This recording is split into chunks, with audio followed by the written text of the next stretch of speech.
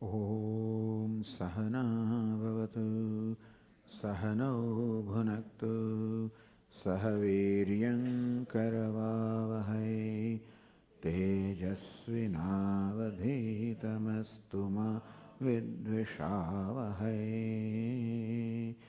Om Shanti Shanti Shanti.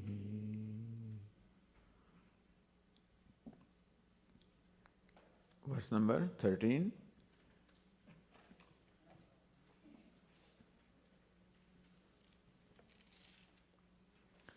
Dehinosmin yatha dehe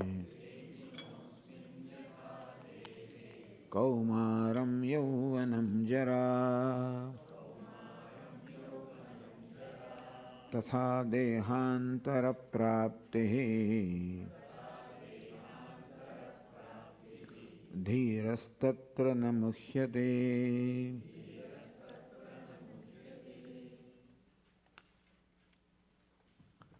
Yatha, just as asmin dehe, in this body, dehinaha, for the dehi, for the indweller of the body, the possessor of the body, meaning the self, kaumaram, yauvanam, jara,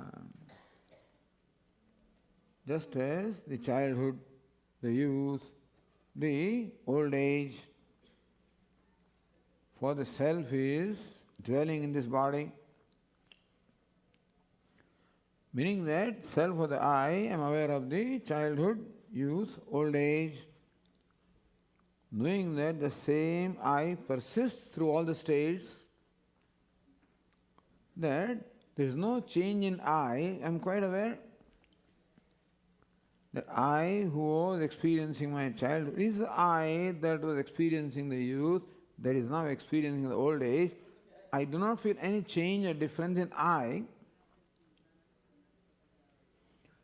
And the fact that I remember the experiences of childhood, the past, shows that it is I who was experiencing, meaning that there is continuity of I as well as changelessness of the I. Both of this is what we can see from our own experiences. So this is illustration, example. Because in the previous verse, Lord Krishna made the statement that there is no birth for the self, nor is death for the self. There is a statement that is made. Lord Krishna did not present any evidence for that. Not that evidence is required.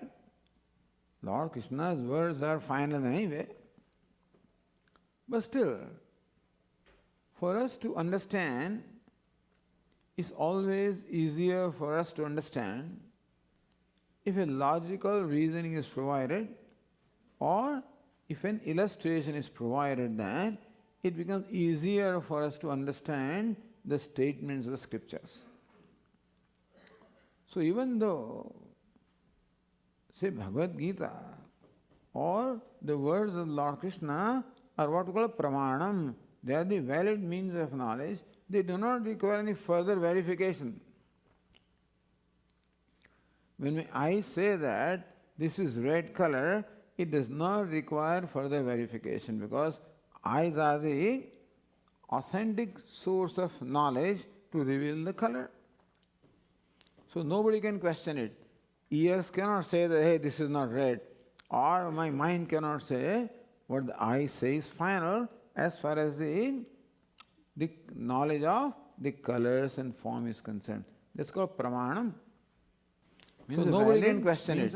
Ears cannot read, or so my mind cannot say. Organs of perception, just as an example, which are called pramanam, valid means of knowledge, to reveal their respective objects. Organ of hearing reveals the nature of sounds. Organ of sight reveals the nature of the color and form, etc. Similarly, we say that the words of the scriptures are pramanam, meaning that they reveal the reality, which does not need further verification. or authentication. They are the final things. But still they are words. And words are subject to being interpreted in more than one way sometimes. Therefore, for us to understand the meaning of the words in the sense in which they are used, always helpful. If the teacher provides also some reasoning with which the intellect can reason and understand what is that, yes, the validity of that can be verified by the intellect. Therefore, in support of the statement that Lord Krishna made in the 12th verse, that Atma is Nitya, the self is eternal, meaning doesn't have birth, doesn't have death, meaning that it continues to exist. Existence is its nature. In support of that, Lord Krishna states this verse as to how Atma remains changeless. One, Atma, the I, persists in all the states and remains changeless in and through the various changing states of the body. The states of the body change from childhood, youth, old age. Further also we said that youth is possible only when the childhood dies. And old age is possible when the youth dies. So death of the childhood, birth of the youth. Death of the youth, birth of the old age. In those death and birth, there is no death for the Atma, nor is there birth of the Atma. Meaning that in the midst of this happening of death and birth, Atma ever remains free from death and birth, ever remains changeless. This is given to us for contemplation also. This is our immediate experience. How there is continuity in the self, how self remains ever the same and consistently and changeless, and how changes all take place in how there is continuity changes all take place in the object, how self remains ever the same and consistently and changeless, and how changes all take place. Now Lord Krishna extends this. So changes all take place in the object. How all right, O Lord, this we understand that during this lifetime, the Atma does not change. From childhood to youth, from youth to old age. But what about that? Then the Atma will change, is it not so? From childhood to youth. When this body goes away, when Atma now takes up a new body, Atma will change, is it not so? Then does it not undergo change? When this body goes away, or suppose Atma now, the whole universe comes to a dissolution, and where it pralaya, everything dissolves. When this body goes away, will not Atma also dissolve? Suppose Atma now, so when this body dissolves, will not Atma also dissolve? When the whole universe dissolves, will not Atma also dissolve? That question can be. That question also answered by Lord Krishna in the next line. Tatha dehantara prapti. That question can be. Yatha and tatha. Also answered by Lord Krishna. Just as asmin dehe, just as in this body, dehantara prapti. The self is the same and changeless through the changing states of the childhood, the youth, in this body, the decrepitated old age. The self is the same. Tatha in a manner similar through dehantara prapti. Atma also dehantaram. The decrepitated old age. So anyaha dehantaram is another body. Prapti. That Atma acquires another body. Decrepitated old age. Just as Atma acquired the body of the child, Dehantaram is another body. Then acquire the body of the youth. Atma acquires. Then acquire the body of the old. Just as Atma without undergoing any change. So Atma acquires. Then acquire the body of the youth. No different. Then acquire the body of the old. Tatha dehantara prapti. That's a very important statement Lord Krishna says. So Atma acquires. Then acquire the body of the youth. What happens? We know that the one who is right now old, grandfather, is the one who himself was a grandson, who was a child, who was young, etc. One who is right now when I am born, grandfather. The next body, we do not have the benefit of that memory, who was a child, who was young. So here, our memory was also presented as an evidence of the continuity of the self, because I could not have remembered the experience of childhood unless I was the one who went through those experiences of the self. Because memory can be only for the one who went through the experience of childhood unless I was so as an old person, if I can remember the experience of childhood, that shows that I was a child. So memory also the it's called pratyabhijna. It's not just memory, recognition. I can remember the experience. Not only I remember what happens in childhood, so not only that. You know what I remember? What I say? I who went through the experience of childhood. Not only I remember the same I that goes to the old age. You follow? You know the difference? What I say? Not only do I say that I remember the experience of childhood, I that we do to the old age. You follow? Further, what do we say?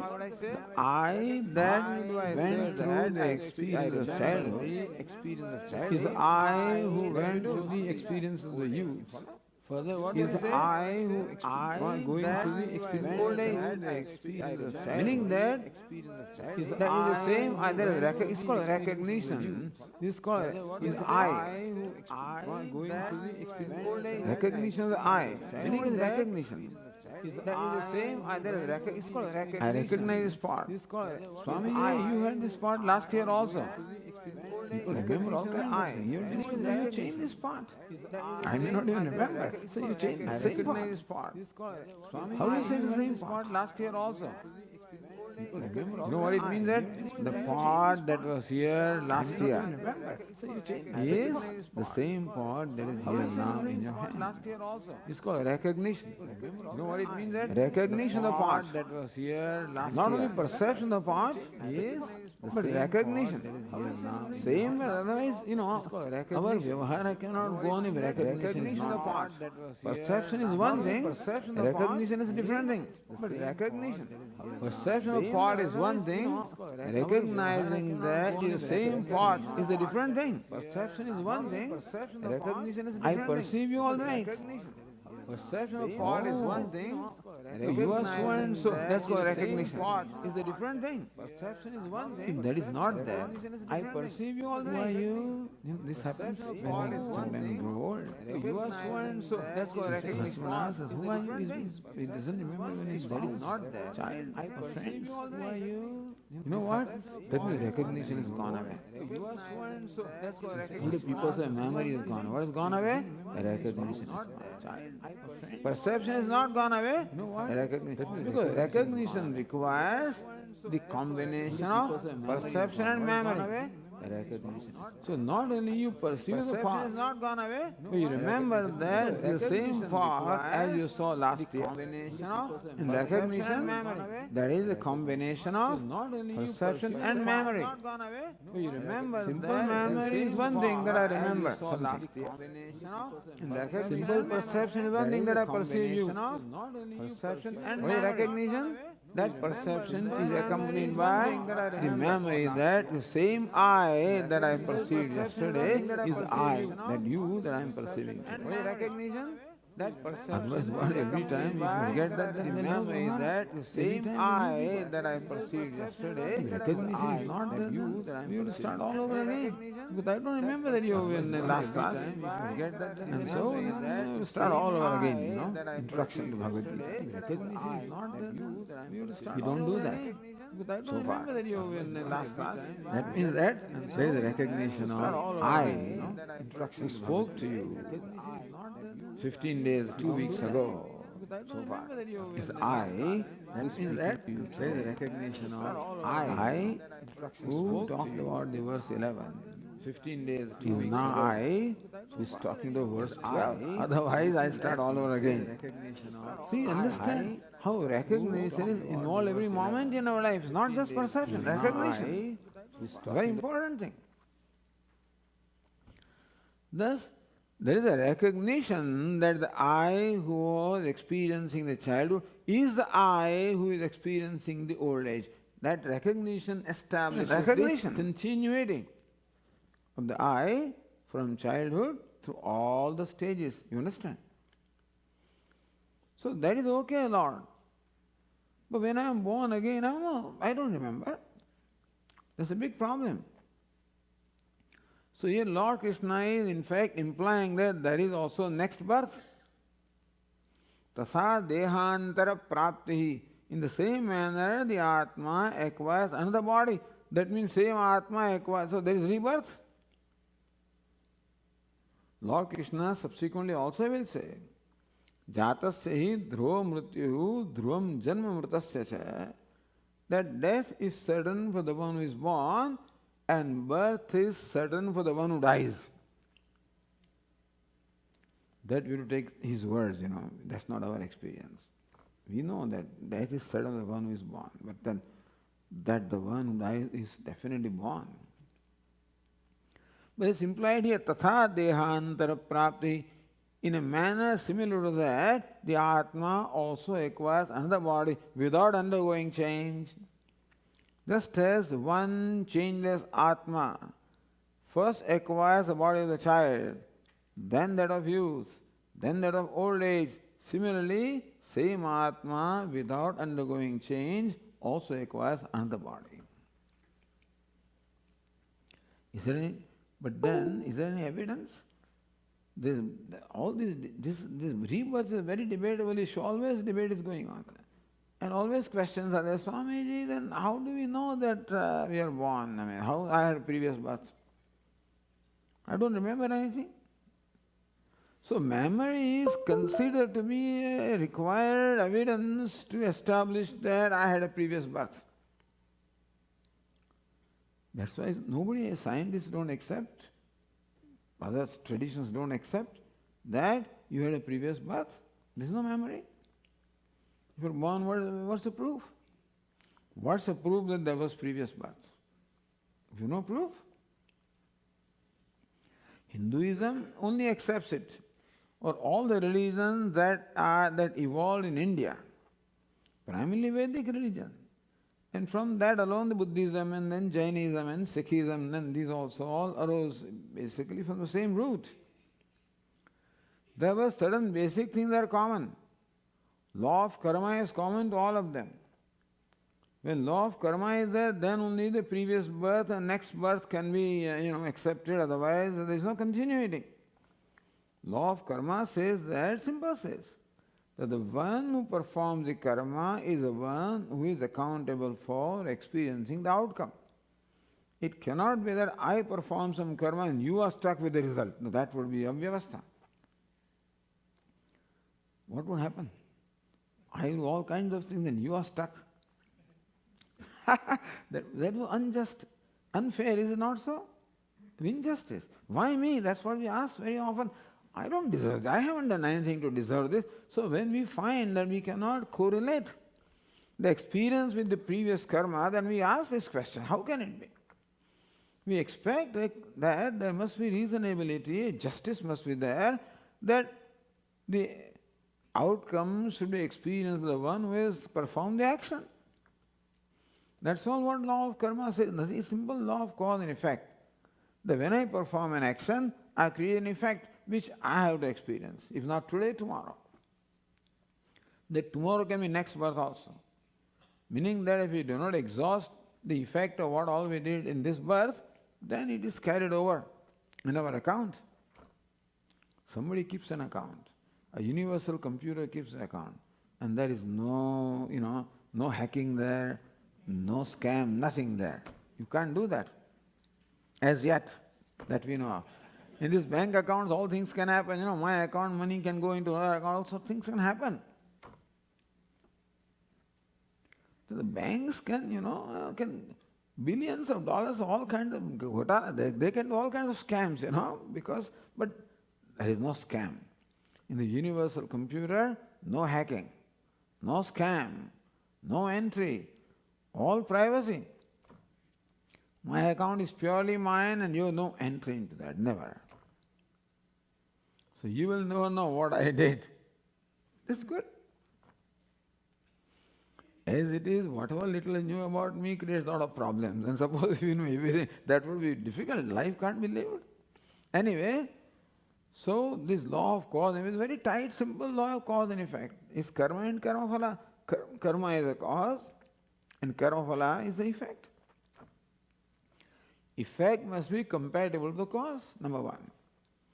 And the effect has to stick itself to the person who created the effect. Meaning karma phala has to be experienced by the one who performed the karma. So they say that just as when the cows return in the evening after grazing for the whole day, their cows are left here, So the cows, when they come back, they run. The whole crowd of the calves, the cow will identify the calf that is its own calf, and not somebody else's. Similarly, all here, these karmas are there, karma phala will find out. This is my, that is karma. They attach. So karma and this is our argument in support of what we call the rebirth. That birth is the result of previous karma. Because any event can happen only with certain reason. Nothing can happen without a cause. Simple rule. Whatever happens is an effect, and effect must necessarily have a cause. Cause must precede the effect. Cause is first, effect is later.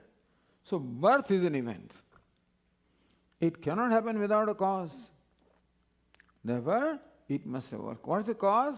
The karma or the past is the cause which gives rise to the birth in this, the body in this birth. Whose karma? Again, law of karma. That one who performs karma is accountable for the outcome. Therefore, this birth is the result of the karma that I performed. It all makes sense. And that explains why we are all different, because each one of us has a different history. I have a history of karma. You have your own history of karma. And you are what you are, I am what I am. Oh, this makes Indians fatalists. All karma phala. No. It makes Indians actually responsible. That I am responsible for what I do. I cannot escape the consequence of what I do. Therefore, I must take responsibility for what I do. Not only that, but I take responsibility for what happens to me now. I can't really blame anybody. For something painful that happens to me, I can't blame my mother. She did this. That's what psychologists would say, mother did this. You can't blame anybody.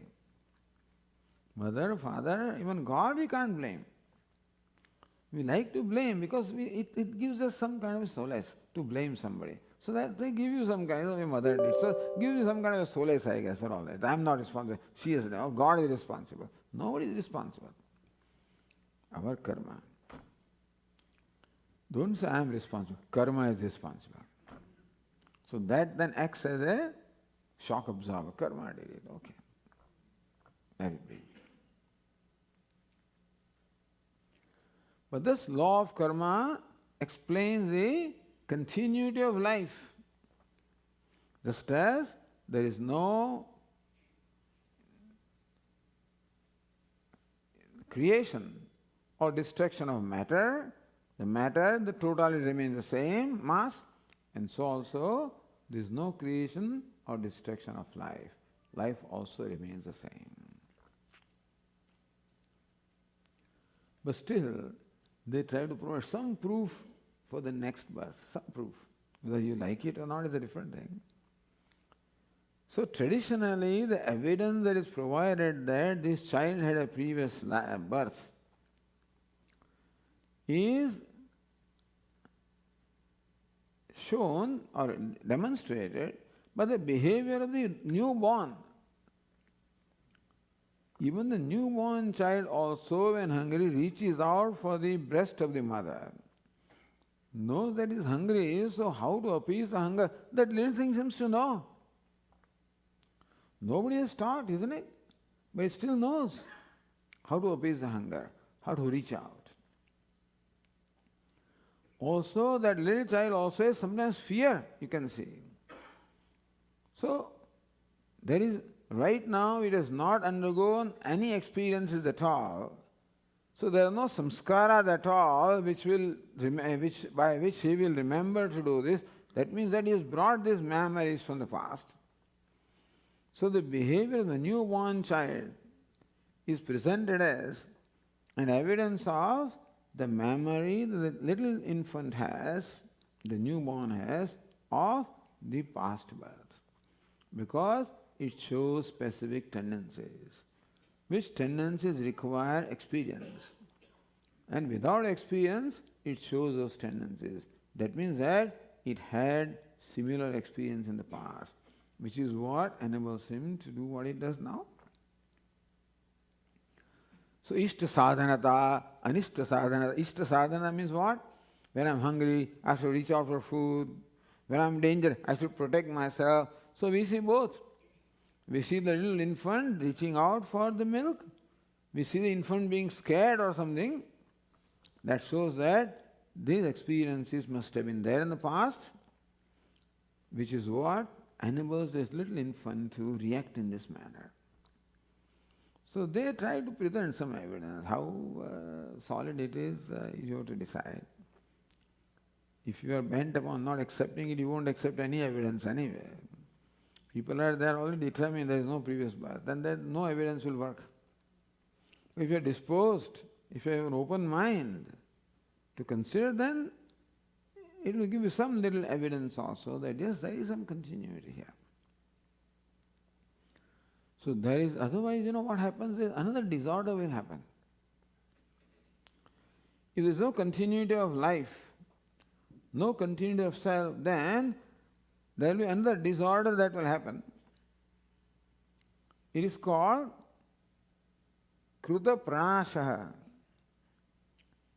Akruta Agamanam, meaning that if I am going through happiness right now for which I have not done anything, that means that I am experiencing the benefit of something that I have not done. Or if I am going through pain, then I am stuck with the effect of what I have not done. Akruta Abhyagama. Kruta Vipranasha. These are the words, the expression they used. Akruta Abhyagama means occurrence of, arrival of. Akruta, what I have not done.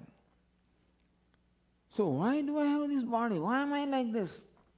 Our children ask, Mom, why do I have this brown skin? Why don't I have a white skin? Because poor little goes to school and then, it may be teased or whatever and this color of the skin. So he comes home and asks, why does that have that color of skin? Why do I have this color of skin?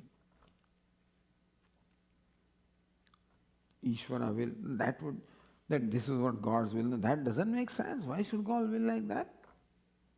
Why should God make me like this and make them like that?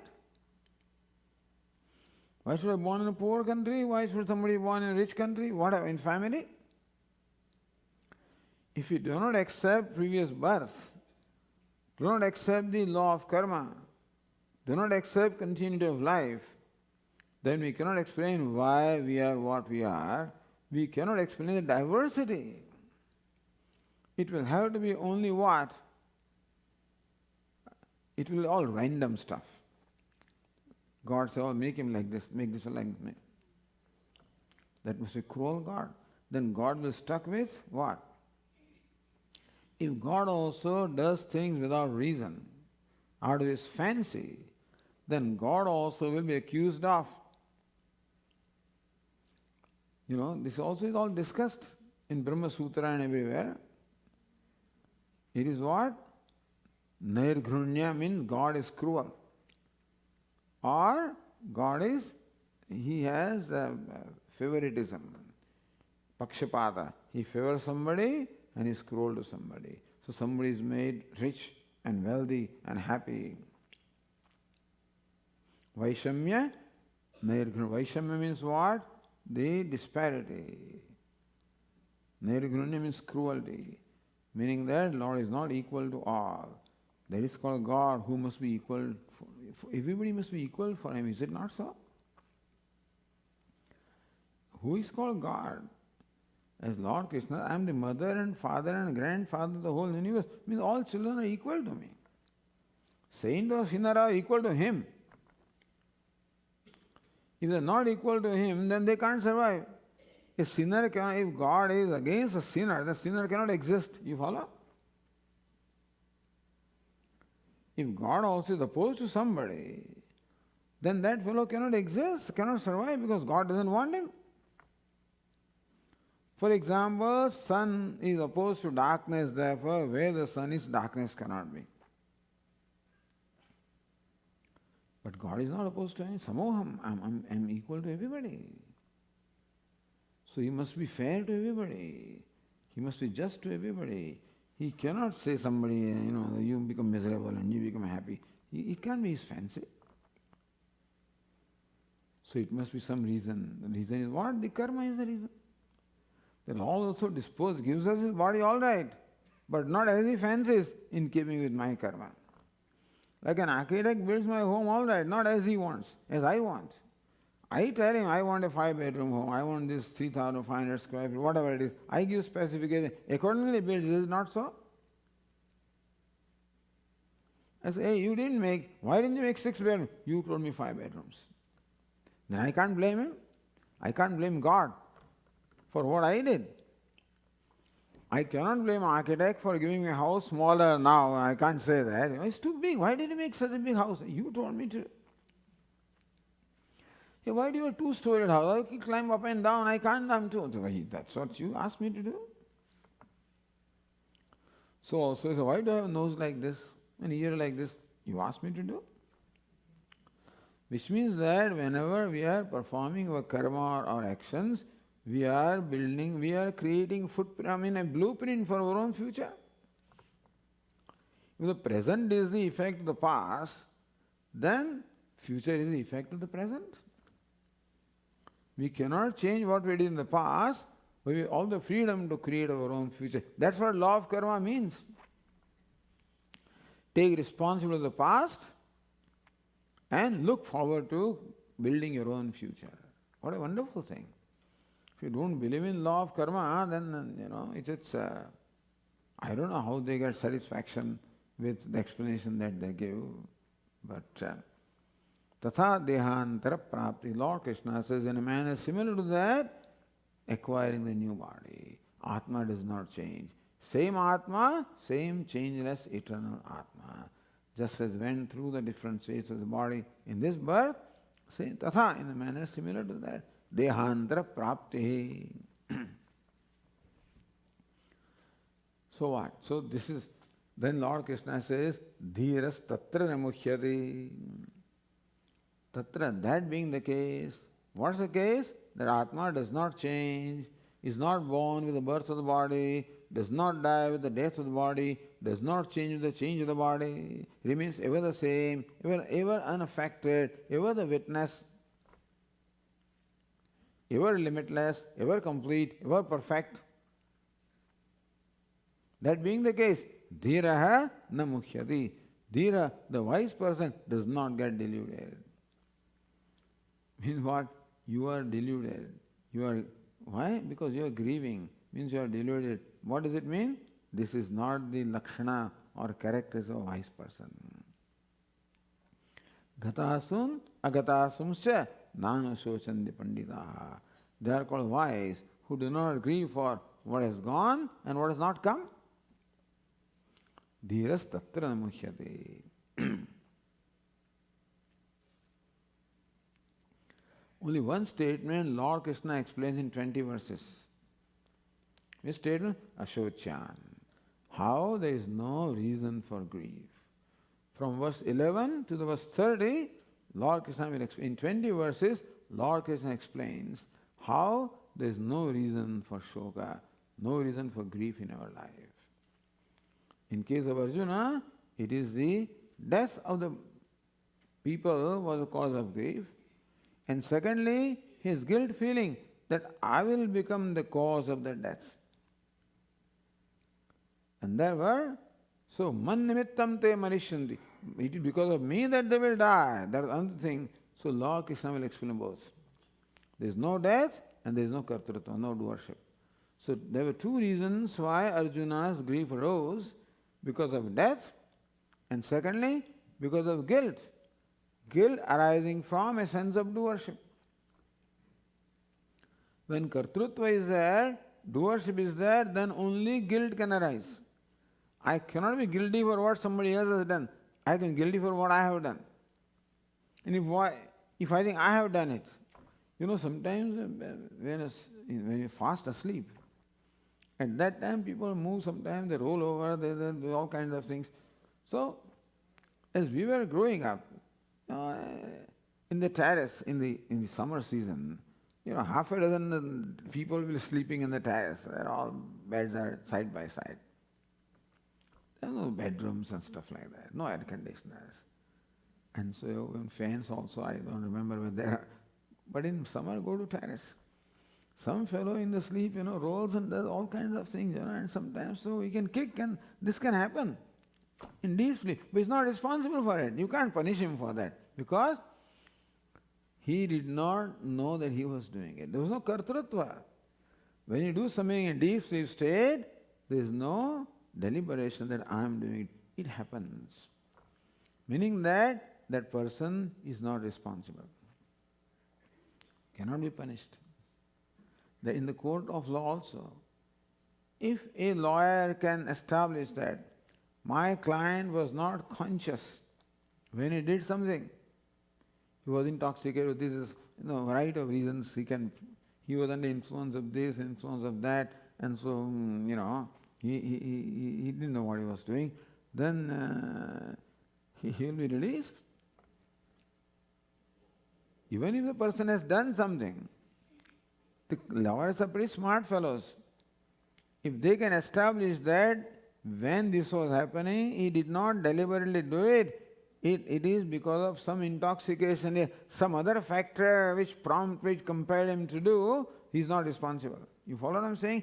You are responsible. When you are kartrutvam, sense of doers, I am doing it. So when that kind of a self-consciousness that I am doing it, then if I do something wrong, then there is sense of guilt. Or I am the victim of what you are doing. If that is my notion, then there can be hurt. If I am villain, then there is guilt. If I am victim, then there is hurt. All of this arises when the Atma is thought to be a karta or bhokta, doer or experiencer. So this was the other reason on the part of Arjuna for the grief to arise. One is that Atma will die, the one cause of grief. Secondly, I will be the killer. I will be the instrument in killing these people. And so that sense of guilt was another reason for his grief. So Lord Krishna will address both these issues about deathlessness of the Atma, akartrutvam, the actionlessness of the Atma. These two Lord Krishna will unfold in the 20 verses. So these 20 verses are meant for teaching Arjuna why there is no cause for grief. This is, of course, for a person who can create a distance. When something happens to us, we become so overwhelmed by that all these things we don't want to hear. Don't tell me all this stuff. We are in no mood to hear this philosophy. It's only when you are in mood to hear, that is when it can help. Otherwise, when the grief strikes us and we get overcome by grief, that time, sometimes this sounds very cruel. What are you talking, Swami? There is no death. We don't even tell them, but We are telling you because we are all right now in a classroom where we are cut off from all the vyavahara, hopefully. Meaning our mind is right now open to listen to what Lord Krishna teaches. And then understand the reasoning also. And see the validity or the truthfulness of what Lord Krishna teaches. So only it is because of the knowledge here that is presented here as understanding things as they are. Understanding Atma for what it is and Anatma for what it is in itself is sufficient to make us free from all the grief. When after teaching this also a person does not become free from grief, that shows that the mind has a lot of still these attachments and aversions, which does not allow this person to grow out of them and have adequate objectivity to benefit from this knowledge. The Lord Krishna will address that also, as to how to overcome the effect of those emotions with right attitudes and values. That when you then reach a point of what emotional maturity, then we can extricate ourselves from the impact of those emotions and we are objective, then this will help. So this is basically told for a person who right now enjoys an objective mind. One who can create a distance, one who can step back and see things as they are. Right now, Arjuna is assumed to be a person like that, who can create the distance, who can be objective, and therefore who can understand this teaching without bringing any emotion into that, meaning without bringing any attachment into that. Then next step will be, even if you have the attachment, then what do we do so that we can acquire a mind free from attachment, and then this will work. That is why the teaching is in two stages. One is Uttamadhikari. Lord Krishna is right now addressing Uttamadhikari, means the most prepared student. Subsequently, Lord Krishna will address the Manda Madhyamadhikari, the intermediate and the lowest category, because they are all there. Bhagavad Gita is a Shastra scripture meant for everybody. Cannot be only for one kind of people. They are all, everybody wants to be released from samsara. Therefore, there was something for everybody. So first Jnana Yoga, then Karma Yoga. In this manner, the teaching proceeds here. All right, we'll continue in the next class. Om Purnamadah Purnamidam Purnat Purnamudachyate Purnasya Purnamadaya Purnameva Vasishyate. Om Shanti Shanti Shanti. Hari Om. Shri Gurubhyo Namaha. Hari Om. Please make a note that there will not be satsang after the class today. Today we will not have a question and answer session because we have a meeting that is taking place.